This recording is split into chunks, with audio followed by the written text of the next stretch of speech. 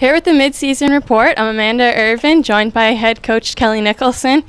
Kelly, this team league leading 16-6 record right now. How fun has this season been? Well, it's gone by fast, and I think anytime something is flying by, it's a sign that things are going well and you're enjoying the process. And we were just talking on our day off. It's Mark and Bill Bray and I went to dinner last night. We were just talking about how time is really flying by.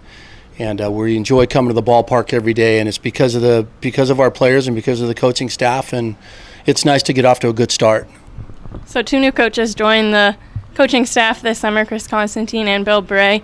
How has that all been meshing for you guys? It's been great. It's great to have Bill here with his background. Obviously, he played here, first rounder, pitched in the major leagues. He shares a lot of good wisdom with all of us on this ball club.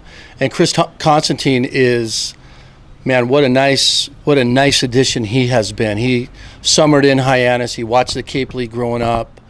He just sent me an email and he said that he would like to hit fungos and throw BP, and he worked with outfielders and he was coaching at Maryland Eastern Shore, and I kind of on the spot said, "You're hired," and he's worked out just great. It couldn't ask for any more from both of those guys. So as you're talking about Bill Bray, a former Firebird, how has he been able to really connect with all the other pitchers and help them out? I just think it's his wisdom. It's a pretty nice resume Bill has put together baseball-wise. And the nice thing about Bill, the best thing about Bill is he's such a good person. He's a solid human being. You're not going to find a better man, a better husband, a better father than Bill Bray. And all those great attributes are hopefully going to rub off on our guys. And then with his baseball resume, he shares great wisdom and great knowledge. And you see before games, it's like you're watching the Reds pregame out there. It's pretty cool. It's a shame that he's going to be one and done. He's going to start law school in August, but we're gonna enjoy him for the next month and a half that we're here. So starting pitching has really been a strength of this team. Mitchell Jordan's kind of become the ace of the league. He's gone 27 innings without giving up an earned run. Also Corbin Burns, Eric Lauer, Kyle Serrano. What's impressed you so much about these arms? They're super competitive. All those guys that we run out there, every guy on our staff competes every pitch, and that's all we ask of them. We want them to be mentally prepared and physically prepared so that when they get out on the mound, they simply compete, and every one of our guys has done that, and that's what I've been most impressed with our pitching staff. So the bullpen also has been doing great themselves. What's been working for the bullpen? Same thing. They compete. I think roles are getting established out there. Those guys come in and throw strikes and pound the zone, and I think they feel some responsibility for the starting pitcher out there. Where if they come in with a lead, they want to maintain that lead and try to get the starter a win, and so far so good. So also not to be forgotten, the offensive side. Hitting has been another strength. The team has 15 home runs, leading all the other teams as well. Kyle Lewis has 5 of them himself. What's it been like watching Kyle Lewis develop a reputation around the league as such a hitter?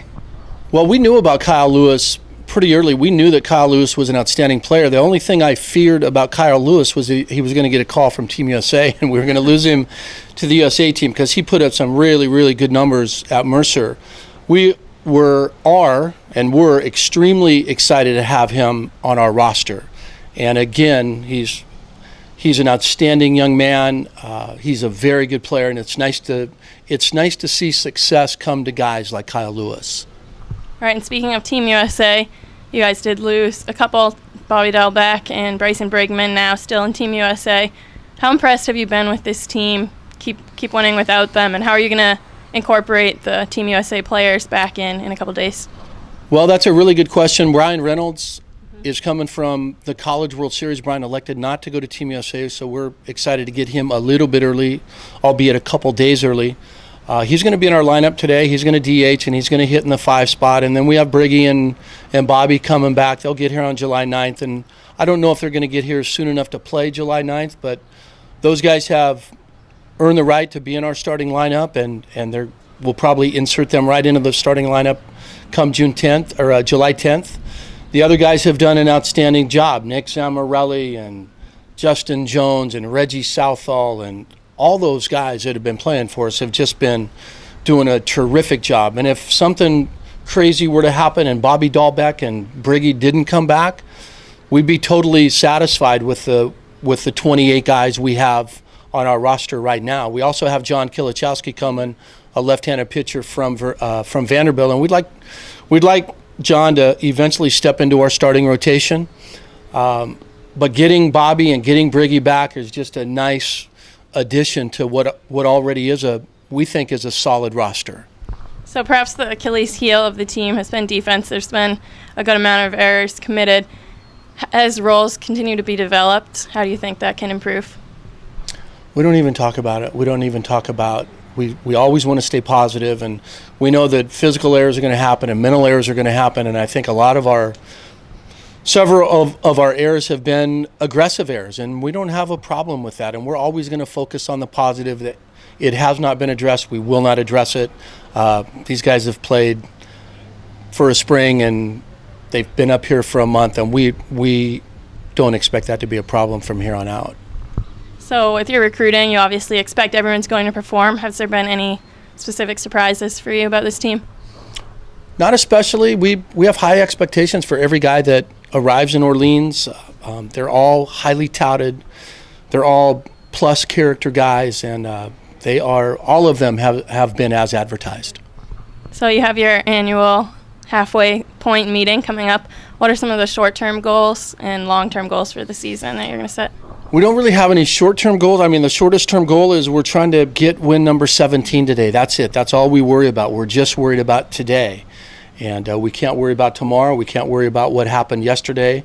So we're just going to go down to Falmouth, and we expect to throw strikes, and we expect to play good defense, and we expect to put the ball in play offensively. And if we can do all three of those things tonight down in Falmouth, then we would expect to get a good result. And if not, if it doesn't go our way, we'll flush it, and we'll show up to the ballpark tomorrow. It'll be a happy new day tomorrow, as Rich Hill down at the University of San Diego says, and we get to do it all over again tomorrow. So one day at a time, and we'll see how it pans out the next 30, 35 days on the Cape.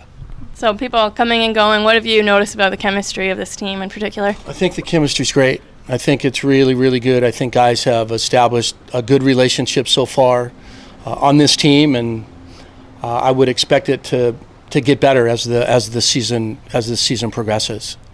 So a man of numbers, a math teacher. So far, what's the grade for this team halfway through? Well, as a coach and as a math teacher, we can always do better. We can always do better. It's hard to give a grade, but I'd say B plus right now, B plus, A minus, and I know that might sound a little tough. It's a tough grade, but I've been doing this for a while and teaching for a long time, and to be an A or an A plus, that would have to be that grade will be given at the final exam. So we'll see where we are in the middle of August, and then we can talk about a final grade. All right, what's the team need to do, you think, the second half to get that final A? Well, not to be repetitive, but we need to. I mean, if we're going to get the team that's going to get an A plus in this league is going to be the team that dogpiles at the end, and they're going to get the A plus, and the team that is sadly watching them dogpile is probably going to get an A, and then everybody else is their grades don't really matter. So we just need to continue with a good process. We need to just be mentally prepared every day and physically prepared every day, Amanda. And we just want them to go out and compete every pitch until the very last out's made. And if we can do that, it's going to be a successful summer. I came up here this summer I wanted to try to find success in other ways, not wins and losses.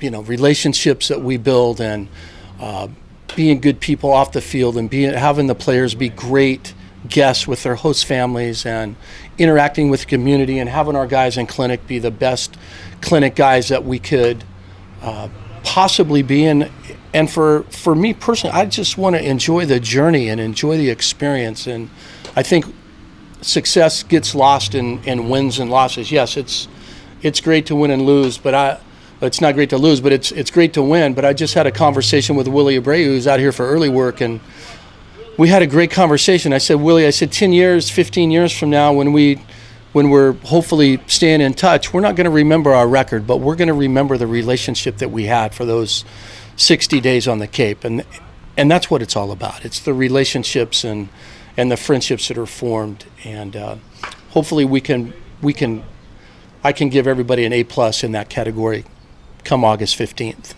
All right, hopefully. Thanks, Coach. Thanks for stopping by with the Midseason Report. I'm Amanda Irvin here halfway through the season with head coach Kelly Nicholson. Thank you. You bet. Thank you, Amanda.